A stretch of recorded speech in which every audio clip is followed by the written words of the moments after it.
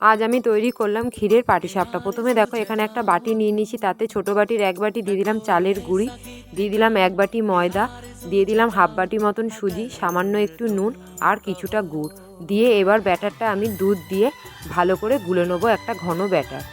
ব্যাটারটা গোলা হয়ে গেলে এখানে আমি 20 মিনিটের জন্য ব্যাটারটা ঢাকা দিয়ে রেখে দেবো।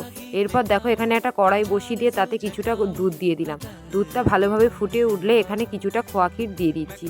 খোয়া ক্ষীরটা দিয়ে ভালো করে নেড়ে নিয়ে এখানে অল্প 2 চামচের মতন চিনি দিয়ে দিচ্ছি। চিনিটা অল্প দিলাম যেহেতু খোয়া ক্ষীরটা খুবই মিষ্টি বলে। এরপর ক্ষীরটা ভালো করে নেড়ে চেড়ে নামিয়ে নিচ্ছি।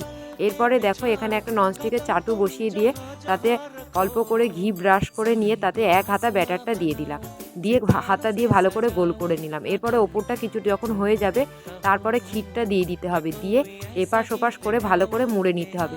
নিলেই কিন্তু আমাদের রেডি হয়ে যাবে ক্ষীরের পাটিসাপটা।